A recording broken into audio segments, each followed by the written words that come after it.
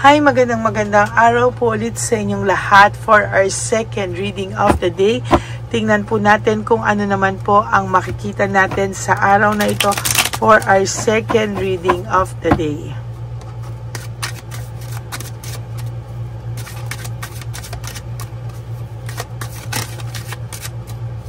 Okay. Palasahin lang po natin maigi, no? Ang dami pong natuwa dun sa ginawa natin kanina. So, I want to bubunot po ulit tayo mamaya, no, ng inyong angel number.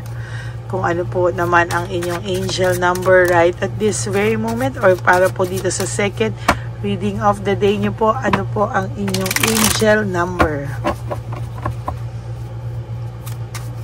Last.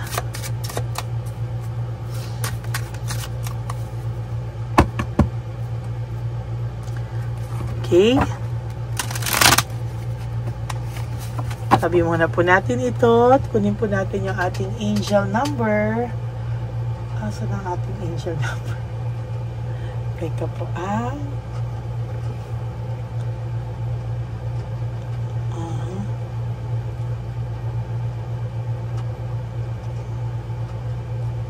Kinukuha ko lang po ang ating angel number.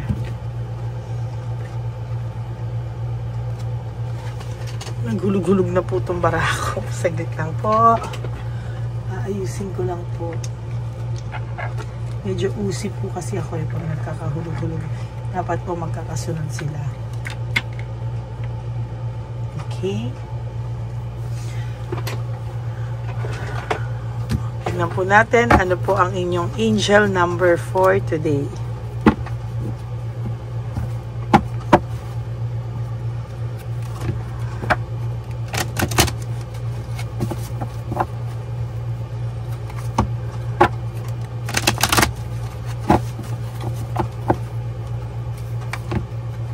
Huwag niyo po i-skip to. Dito po tayo kumukuha ng energy sa inyo.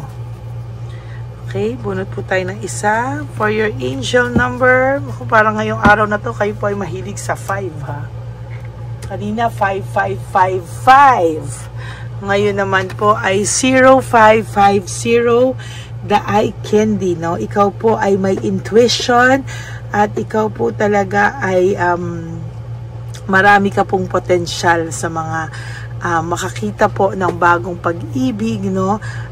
Talaga ikaw daw po, kailangan mo daw pong umalis, maghanap ka ng fresh air, lumabas-labas ka daw po, tawagan mo yung ibang mga kaibigan mo, pasyal-pasyal kayo, marami pong pwede kang makita, may experience sa labas na marami kang pwedeng ma-discover, no? Hindi, wag ka pong magmukmok, no, for some of you na wag ka pong magmukmok sa bahay or wag ka pong bahay, trabaho. Kailangan mo pong umalis, no? You go out on date daw, no? Paano ka daw makakakuha ng taong makaka-appreciate sa iyo, etc. Kung ayan, ano, kung meron ka pong kung ganun po, no, nagmumukmuk ka o nasa bahay ka lang lagi, spread your charm around. Yan po ang sabi sa iyo ng ating angel for the day, no? Napakaganda po, no? Talagang sinabi po kanina sa iyo, sa iyong first angel card na meron po sa iyong transformation na mangyayari or magiging successful ka sa mga susunod na journey mo. Kaya tapos ito naman ay kailangan mo daw umalis, no? At talagang mag-spread ka ng charm mo. Kailangan po, ilan na to. Kaya napakaganda po, no? 1, 2, 3, 4, 5. Huwag nyo po itong skip. 6, 7, 8, 9, and 10. And 11, 12, 13, 14, 15, 16, 17, 18, 19, and 20. Okay? Bago po yan, buksan muna po natin ang, ilapag muna po natin. Buksan po muna natin ang ating mga kandila.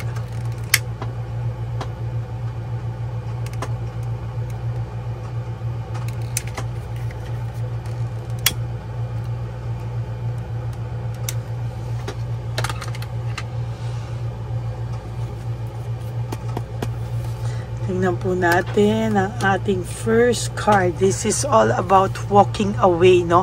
Ang tao pong umalis sa iyong harapan, ang tao pong iniwanan ka, ang tao pong ito totally ay talagang makikita po natin na itong taong to na umiwan sa iyo, iniwanan niya ang lahat-lahat sa inyo, ay talagang may matindi po siyang nararanasan sa ngayon, hindi man po ito tama, no? Hindi man po ito nakasakit po talaga ito sa iyo ng sobra, at nakikita ko po talaga na ang taong ito ay makakaramdam po siya ng pagkabagabag, no? Sa mga susunod na araw. Bakit? There is this fear, depression, anxiety, sadness, and loneliness. Yan po ang meaning, the sun in reverse, no? Sa nakikita ko po talagang totally ang taong ito ay may struggle, no? Nalulungkot po siya, no? There is this struggle. Talaga pong siya ay patuloy na nalulungkot sa kanyang buhay. Hindi niya po alam kung ano po ang kanyang gagawin, Dinidisconnect na lang po niya ang sarili niya sa lahat, at talagang umaasa po talaga ito na pagtagpuin kayo. Umaasa talaga siya na someday kayong dalawa ay muling magtatagpo, no? Sabi ko nga sa first reading kanina, no, gagawa ng ang tadhana pag nabwisit na po tong tadhana at hindi pa rin siya gumagawa ng way. Alam mo po, tadhana po talaga ang gagawa ng way sa inyo. Kaya lang, parang hindi po maganda, ang pangit po na parang ini-stock ka lang po nito ngayon, talagang nag-i-stock po sa ito, at talagang naghahanap po ito ng balita sa iyo. May mabalitaan lang po siya sa iyo, ay masaya na po siya, no? Napakaduwag po ng taong ito actually, no?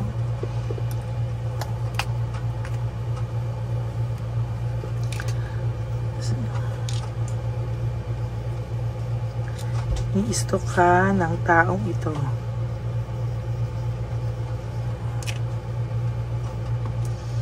Ini-stock ka ng taong ito, at naghahanap siya ng balita sa iyo.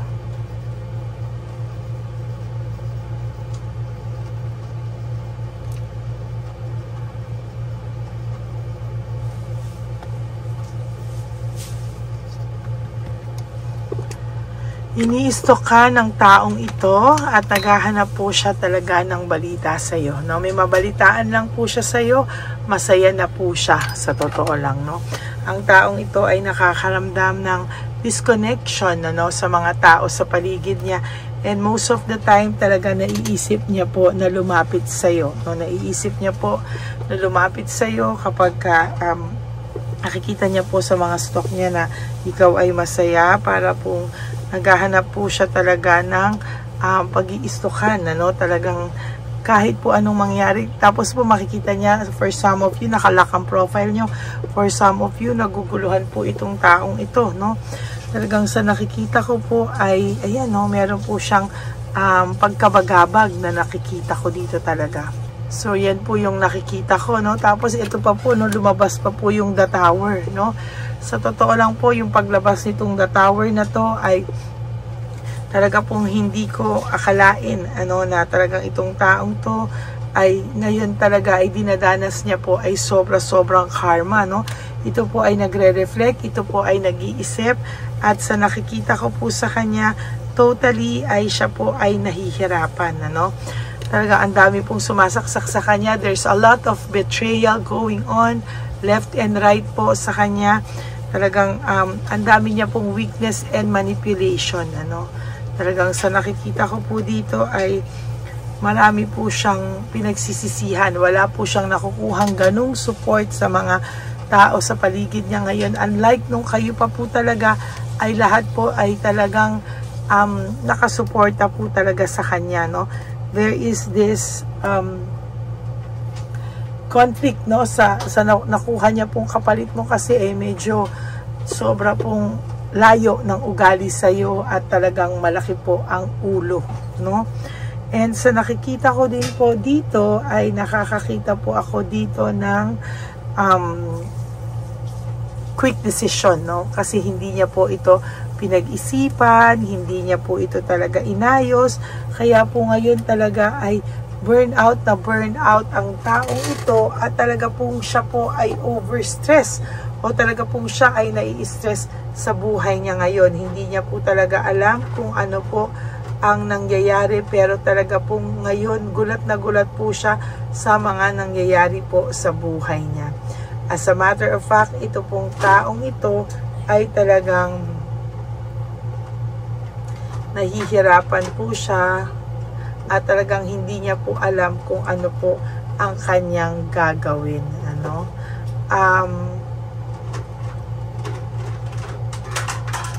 Ito po ay may isolation, may isolation po ito at talagang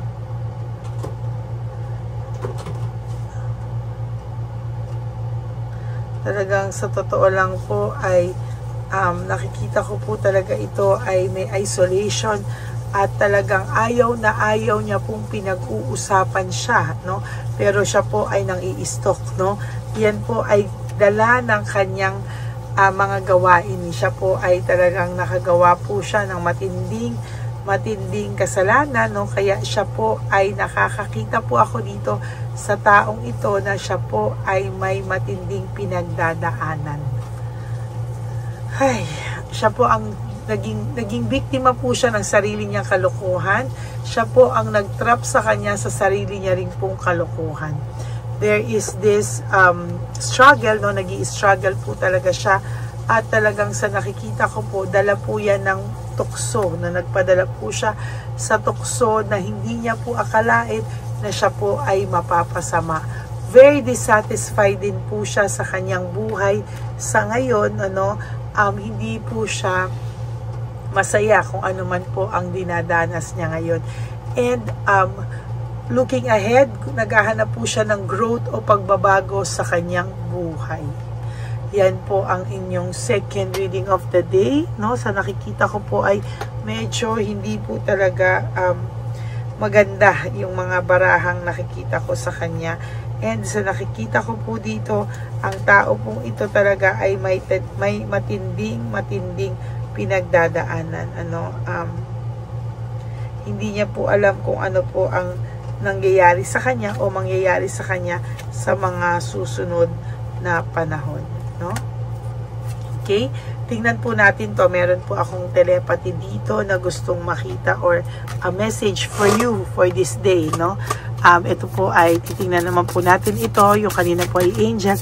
Ito po ay munting message para sa inyo sa araw na ito. So, interpret po natin kung ano po ang gustong iparating sa inyo ng ating Divine Universe.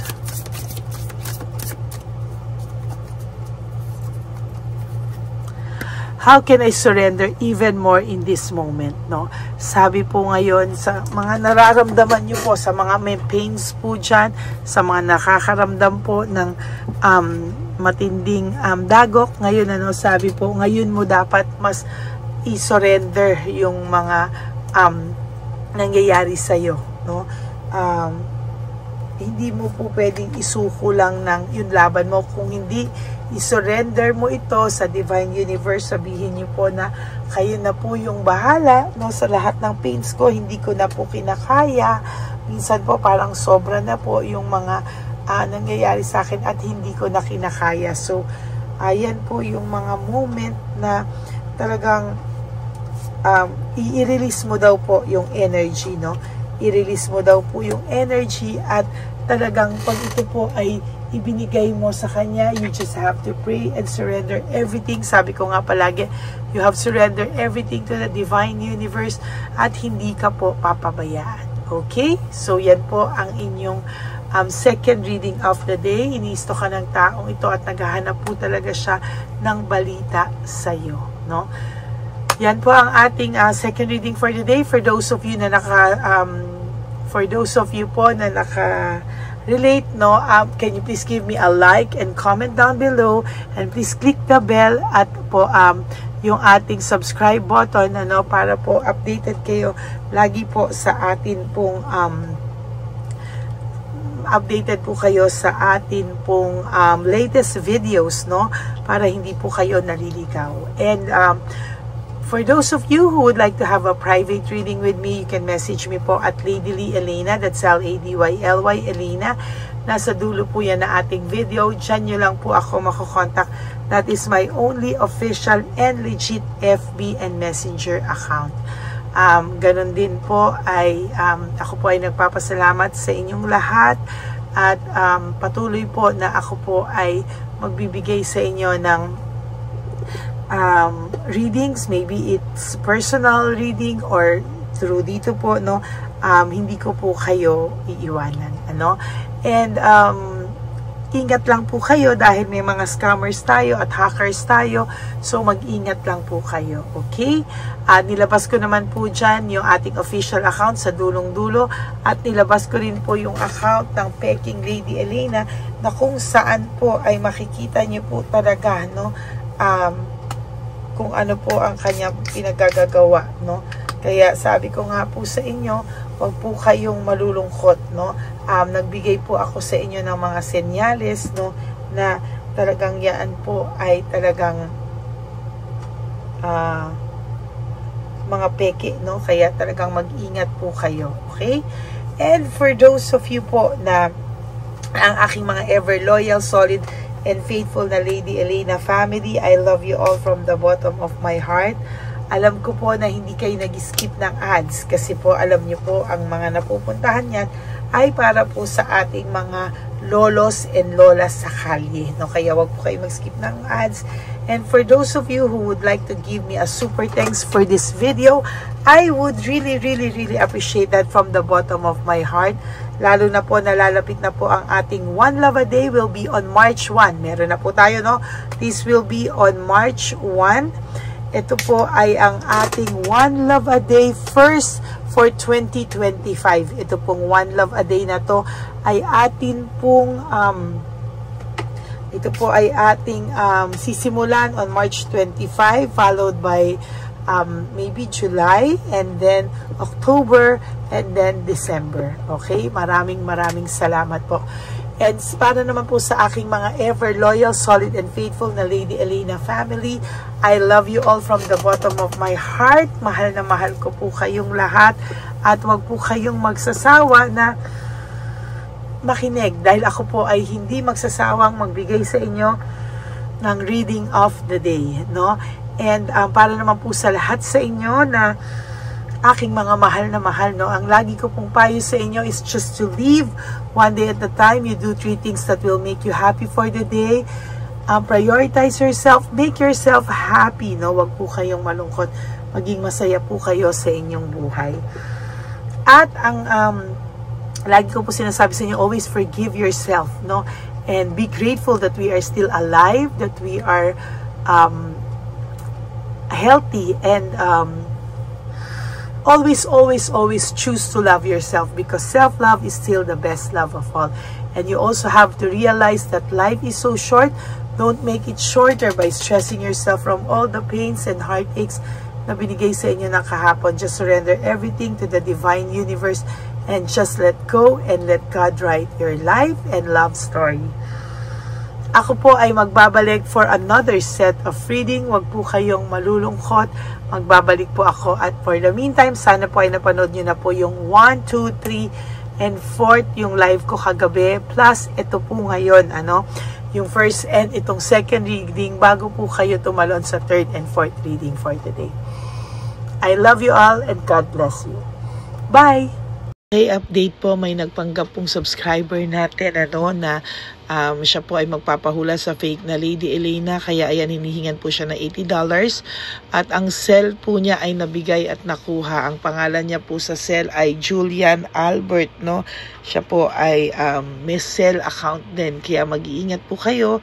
Ayan po, no, kung sino man po yung scammer na Julian Albert na yan, no, i-insensuhan po natin yan para siya po ay makonsensya. Kung wala man po siyang konsensya, at least po, bumalik sa kanya lahat po ng kanyang ginagawa. At maling-mali po yan, ano. Basahin niyo po lahat yan, makikita niyo po, ayan po ang cell number niya, at Julian Albert na yan, ano, para po talagang mai-report din po natin yan na siya ay gumagamit ng cell account na Julian Albert. Mag-ingat po kayo. Ayan po yung number niya. Ayan po yung pangalan niya. Huwag po kayong magpauto. Nakita nyo naman po, no, napakalayo po ng pangalan ko sa pangalan ng pinagsisendan nyo po ng account o ng pera. Kaya mag-ingat po kayo at beware sa scammer na to. At talagang ayan po, pinost ko po ang kanyang pangalan dito para maging babala po sa inyong lahat. Maraming salamat po. At mag-ingat po kayo, pakireport po ang page na yan, ang messenger niya na Lady Elena. Maraming salamat po and God bless you all. Ayan, sa susunod po makikita niyo yung account niya na i-report niyo. Salamat po na marami. Magandang gabi po ulit sa inyong lahat. Ako po ay muling nagpapaalala sa inyo na mayroon pong lumalabas sa FB at Messenger account na fake account po, no, nang hihingi po ng $25 through PayPal at hindi po yan totoo. Huwag po kayong maniwala dyan. At pag sinabi mo po na gusto ko pong marinig ang boses nyo or makita kayo, ang sasabihin po ay magbibigay kami ng link. Buksan mo yan at pagkatapos ay makikita mo ako. Huwag po kayong maniniwala dahil yan po ay hindi totoo. Yan po ay isang malaking scam na pag binuksan nyo po ay mahahack po lahat sa inyo. Mahahack po ang inyong mga personal details. Lahat ay mahahack.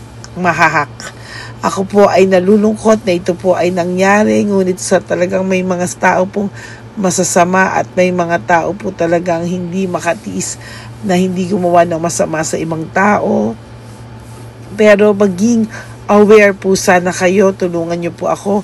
I-report po natin yung fake na yan at sa FB para siya po ay mawala na at wala na po siyang mabiktima pa. No? Nandyan po lahat ng details at maraming salamat po sa inyong lahat. Maraming salamat po sa inyong lahat at mag-iingat po kayo.